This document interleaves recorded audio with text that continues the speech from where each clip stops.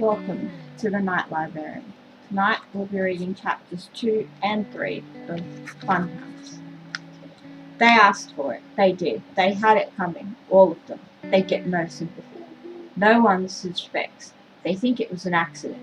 Wrong. It was so easy. Climbing up the inside of the roller coaster's white wooden support system. Climbing like a monkey in a palm tree. And jamming the lead pipe up through the rails at exactly the right moment. That old devil's elbow took off into space like it was propelled by jet fuel. Easy. It was so easy. Dade, Cherie, Joey, 3 out of 8. All at the same time. Not bad. 3 out of 8. It's not bad. Not bad. 5 more to go. And no one suspects. Because they don't know what I know. And I'm not about to tell. Not until the job is done. Then I'll share my little discovery with all of them. But right now, it's time to plan the next step. Chapter 3. As Tess returned abruptly to reality at the sound of her name, the wooden boardwalk vibrated with feet pounding toward the scene of the crash. The air was filled with screams and moans and shouts for help. Tess's ears rang. Her eyes worked at focusing on the scene before her. Booths had been toppled, their wooden sides collapsing like accordions. There were brightly coloured metal everywhere. Bits and pieces and chunks of it. Some larger chunks partially hid their victims, revealing a skirt and legs, or an arm clutching a purse, or someone's very curly red hair. A little boy cried out in pain, wanting his mummy. Tess shuddered. A siren wailing in the distance told her someone had called for help. The person she'd seen beneath the devil's elbow? Maybe. The smell of popcorn and cotton candy and hot dogs was sickening. Gina and Doss were running towards Tess. "Tess, are you okay?" Gina cried, her face bone white. "You're not hurt?" Tess shook her head, but she continued to lean against the wall. She didn't trust her legs to support her all by themselves. "Were you standing right here when it happened?" Gina's dark eyes, wide with horror, surveyed the disaster scene. "You could have been killed. You sure you're all right?" "I'm okay, but," shouted, pointing shakily to the injured. "They're not. Shouldn't we see if we can help?" An ambulance shrieked to a halt just beyond the steps to the boardwalk. Several paramedics in white jumped to the ground and began running, medical equipment in hand. "They're going to need more than one of those," a deep voice commented in Tess's ears. It was Sam, in jogging shorts and a red sweatshirt, earphones draped around his neck. His dark curled dampled across his forehead. "Looks like someone dropped a bomb. What happened?" "I don't know," Tess answered honestly. A second ambulance arrived, then a third, followed by a black and white police car. The roller coaster just sailed off into the air. The police immediately began trying to disperse the crowd, but no one wanted to leave. People seemed frozen in morbid fascination, their eyes wide, mouths open in disbelief. "Come on," Tess urged, tugging at Sam's hand. "Let's see if there's anything we can do to help." The scene that greeted her eyes when she and her friends had pushed through the crowd made her stomach curl up in fright. Scattered among the bright chunks of broken metal were many of her friends. Their bodies crumpled like used paper napkins. Some were unconscious, some were not as lucky, and cried out in pain. "Where's Cherie Butcham?" Gina whispered, pointing. "There, lying beside the hot dog stand. I ran to her earlier. She was wearing a purple shirt just like the one I brought last week." Tess moaned low in her throat. Poor Cherie, she would never be the same. "Dade Lewis is dead," a girl standing behind Sam cried out. "He's dead." A collective gasp of dismay rose up from the crowd. Dade Lewis? Tess couldn't believe that. Dade was obnoxious, but he was so healthy, so full of life. The girl must be mistaken. A boy in jeans and a t-shirt ran past Tess, his hand over his mouth. His face sweatshirt grey. Doss followed him, returning a moment later to say without emotion, "He just came across Joey Furman's leg, minus Joey. Shook the kid up real bad." Gina gasped as her hand flew up to cover her mouth.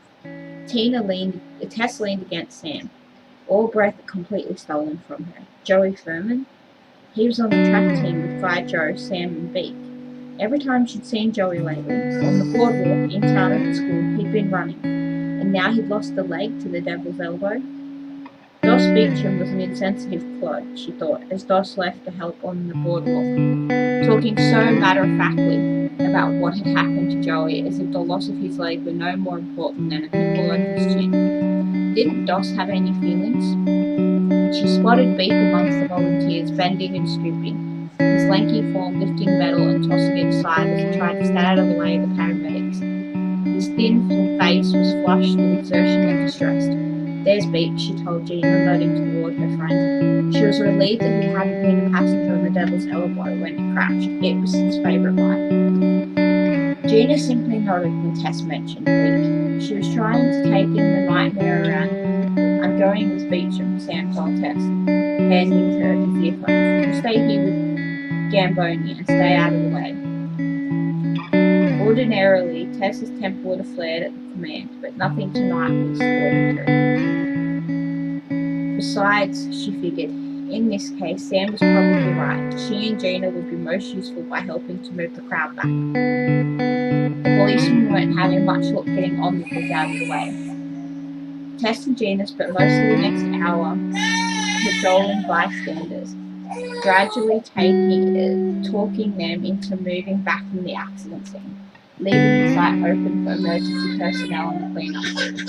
When the last ambulance had been departed, sirens wailing mournfully, the crowd had wandered off. Tess and Gina collapsed to sitting positions, their backs against a cotton candy booth left untouched by the disaster.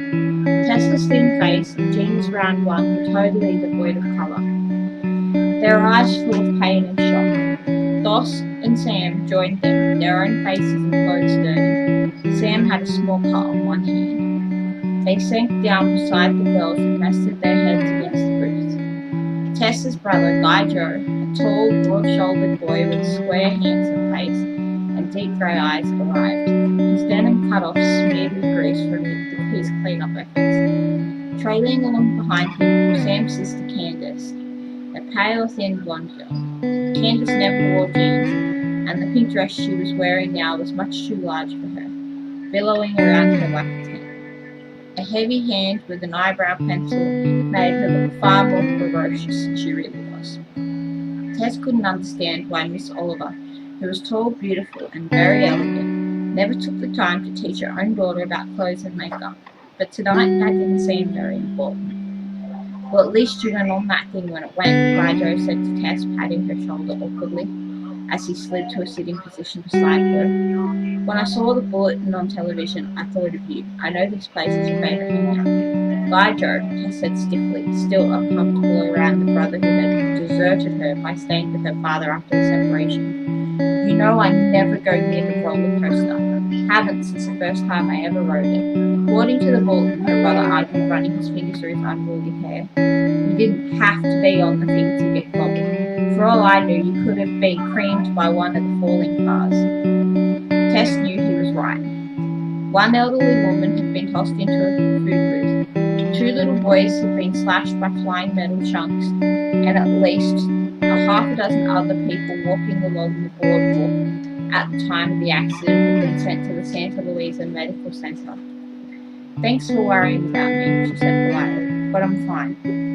A tall, big-boned, very pretty girl with thick blonde shoulder-length hair ran up to them, dressed in beige silk slacks over a red leotard. She carried her large frame gracefully, moving with quick, light steps across the boardwalk. When she reached the group, she sank into a crouch beside Gina. Tess noticed she was careful not to let her silk pants touch the wood, gently bunching them slightly at the knees. "Isn't this just awful?" the girl breathed, her blue eyes wide. "I can't believe it. My daddy's going to have a stroke. Something like this happening on his beloved boardwalk. It's just terrible. Has anybody seen my little brother?" The girl was Trudy Slaughter, a classmate of Tess and Gina's. The daddy she spoke of was chairman of the board of directors that ran the boardwalk. Trudy was a popular, powerful force at Santa Luisa High, having held at least once every available office.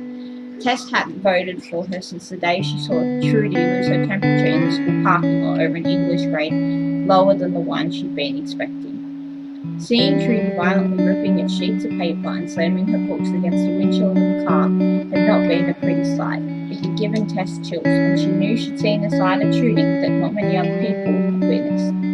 "I saw Tommy," Gina said, referring to the brother Trudy had asked about. "He's fine. He's with one of Beak's kid sisters. They weren't hurt either."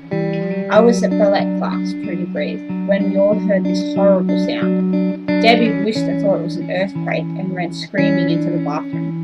But Madame Suska said it wasn't, because the chandelier wasn't shaking. She let us turn on the radio, and that's how we heard. We were excused from practice." Can you believe that? She never excuses us for anything. Trudy's chest heaved a heavy sigh. "I suppose that means we'll have to make it up another time." "Poor thing," Tess said sarcastically, too tired to ignore Trudy's callousness. "And yes, we're all fine. Thanks for asking."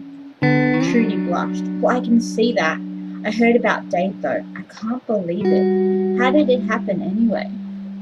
"No one knows," Guy Joe said wearily. "Maybe a loose rail." "I saw someone," Tess said quietly. Everyone's eyes focused on her, but she could tell that her words hadn't registered. "Under the devil's elbow," she added, flushing because she hated being the centre of attention, and already wishing she hadn't said anything. "Right after the accident, running away." "Well, don't keep us in suspense," Trudy said anxiously. "Who was it?" "You saw someone?" Sam asked quietly, leaning forward to peer into Tess's face. "Running away." Tess nodded. "I think so. It was awful dark, and I couldn't see very well. But there was something. A lack of conviction forced her words to trail off weakly. No one said anything for a moment. "They think I imagined it," she thought resentfully. "I never should have said anything." Then Doss surprised her by asking calmly, "Who did it look like, Tess? Was it someone we know?" He seemed to be assuming that she hadn't imagined the shadow, sending him a grateful glance. She admitted reluctantly, "No, not really. But I thought there was something familiar about the way it moved." "The way what moved?" Beak asked as he joined them. Sweat from his work with the clean-up crew streaking his thin, intense face. Swiping at it with the sleeve of his navy blue sweatshirt, he sank down beside Gina. "Tess thinks she saw someone running away from the devil's elbow," Gina told him. Although she thinks, Tess felt that Gina too believed her, and she sent her best friend a warm smile. "Running away?" Beak asked, leaning back against the roof. "Why would someone be running away? Are you hinting that you think someone did something to the devil's elbow, deliberately caused the accident?" That thought hadn't even crossed Tess's mind. Wide-eyed, she stared at Beak. "No, Sam interrupted her. "Maybe you should talk to the police. Tell them what you saw." Tess looked doubtful. What could she possibly tell them? That she'd seen a shadow? Wouldn't they laugh at her? "Relax," Doss says lazily. "Klarman's will look into it. That's his job. If he finds even a hint of tampering, then Tess can go to him with what she saw." Sam laughed. "Chalmers, our distinguished police chief, he couldn't find his own nose with a mirror. Besides, the board got him elected in the first place to make sure that precious boardwalk was protected. If he does find anything, whether it was faulty equipment or actual tampering, he's not going to announce it publicly. Either way, it'd be bad for business." "Oh, Sam," Gina scolded, "you're so cynical. The board wouldn't hide something like that, and the police would never cover it up." Sam shrugged. "We'll see." An uncomfortable silence followed. Then Tess asked, "Anyone know who called the paramedics?" Maybe it had been the shadow she'd seen. That would explain why it had been there, and she could forget about it. Doss nodded. "Martha did," he said, referring to an elderly woman who ran the shooting gallery. "I never knew she could move so fast. The minute that thing took off, Martha raced for the nearest phone." Of course, Tess told herself, because that was what you did in an emergency. You ran toward the phone, not away from it. Unless you weren't interested in getting help. Unless you were only interested in running away. Because you had a good reason to run away. Telling herself she's letting her imagination do some pretty fancy running, Tess pushed all thought of the shadow out of her tired, aching mind. All she wanted to do now was go home, and crawl under the covers and sleep, and forget about this dreadful, horrible night, as if it could ever be Well,